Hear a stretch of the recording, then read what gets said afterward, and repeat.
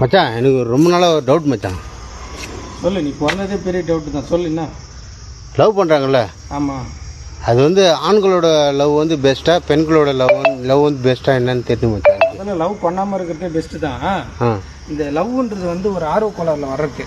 அதாவது பெண்கள் லவ்க்கும் ஆண்கள் லவ்க்கும் என்னென்னா, ஆண்கள் வந்து திடீர்னு போகுதுன்னா நம்ம ஊர் பஸ் வந்துச்சுன்னா ஏறி உட்காந்துக்குவோம்.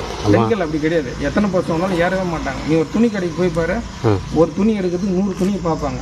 அதில் என்ன மனசு அதே மாதிரி தான். ஒரு ஆம்பளையை கல்யாணம் பண்ணுறதுக்கு, ஒருத்தனை லவ் பண்ணுறதுக்கு ஆல்ரெடி அவன் பண்ணிக்கிறான்னு தெரியும். இருந்தாலும் அவங்களுக்கு வந்து வேறு எவனா பெஸ்ட்டாக இருப்பானா, வேறு வழியே இல்லை, எவனுமே இல்லைன்னா ஏற்கனவே ஒருத்தர் லவ் பண்ணிக்கிற மாதிரி அவங்ககிட்ட ஃபோன் பண்ணி அப்புறம்டா என்ன பண்ணுறடான்றது. அவன் செட்டானா மறுபடியும் அவன்கிட்ட பேசுறது.